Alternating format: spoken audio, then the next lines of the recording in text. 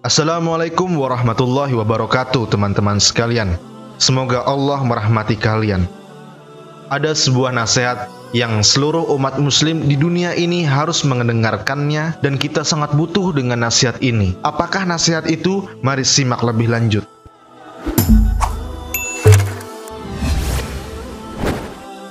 Berkata Syekh Al-Albani rahimahullah ta'ala, semoga Allah merahmati beliau. Di antaranya, jika engkau membahas tentang tauhid, maka pelaku kesyirikan akan mengasingkanmu. Dan jika engkau membahas tentang sunnah, maka pelaku bid'ah akan mengasingkanmu. Jika engkau berkata tentang dalil, bukti, hujah, maka orang-orang yang fanatikus pengikut mazhab, orang-orang bodoh akan membuangmu. Dan jika engkau berbicara tentang ketaatan kepada para penguasa, mendoakan mereka dan menasihati dengan cara yang baik, maka para pemberontak dan sekte-sekte akan membuangmu. Jika engkau berbicara mengenai Islam dan kaitan agama dengan kehidupan ini, maka orang-orang sekuler, kaum liberal, dan yang semisalnya dengan mereka yang ingin memisahkan antara agama dan kehidupan, mereka akan mengasingkanmu.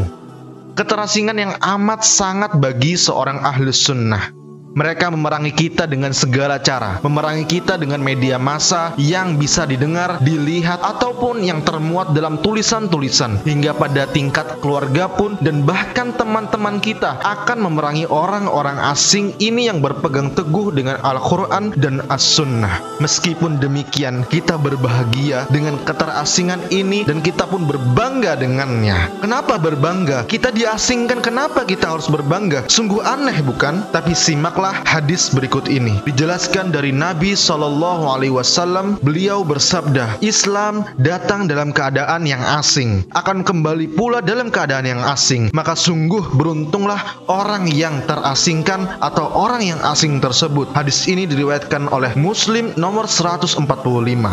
Kalau kita sendirian di kampung halaman menjalankan Islam dengan sebenar-benarnya, maka akan merasa seperti orang yang terasingkan. Kalau kita berjenggot di kantoran, juga terasingkan. Kalau kita bercelana cingkrang, juga terasingkan. Kalau di antara wanita ada yang menutup auratnya dengan sempurna, bahkan sampai mengenakan cadar, kita akan terasingkan. Kenapa? Karena masyarakat terbiasa melihat wanita yang mengumbar aurat, sehingga saat melihat sesuatu yang syar'i menjadi terlihat aneh, bahkan menakutkan. Bahkan berakhlak jujur, ingin mengikuti ajaran sesuai tuntunan Rasulullah SAW, bahkan ingin menjauhi kesyirikan, sama halnya kita terasingkan, akan diasingkan. Itulah keterasingan Islam saat ini. Namun tak perlu khawatir, justru berbanggalah menjadi orang yang asing selama berada dalam kebenaran. Tubalil ghurabbah, penganut Islam yang terasing di tengah umat yang banyak. Mari kita simak lagi hadis berikut dari Abu Hurairah. Nabi SAW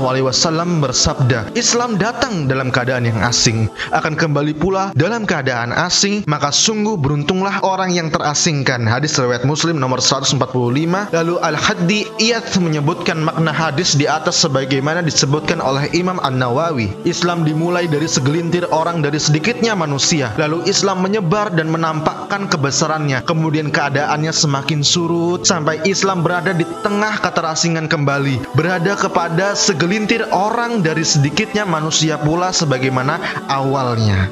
Lalu dalam riwayat yang lain, Rasulullah SAW ditanya, wahai Rasulullah, siapa yang asing? Siapa al-ghurabbah? Rasulullah SAW bersabda, yaitu orang-orang yang mengadakan perbaikan di tengah manusia yang berbuat kerusakan. Dan dalam lafaz yang lain, mereka adalah orang-orang yang memperbaiki sunnahku yang dirusak oleh manusia. Teman-teman sekalian, bersabarlah atas keterasingan ini. Kita memohon kepada Allah Subhanahu wa Ta'ala agar menjadikan kita dan juga saudara kita, teman kerabat, bahkan keluarga kita menjadi kaum muslimin yang sesungguhnya, yang berpegang teguh dengan Al-Quran dan Sunnah.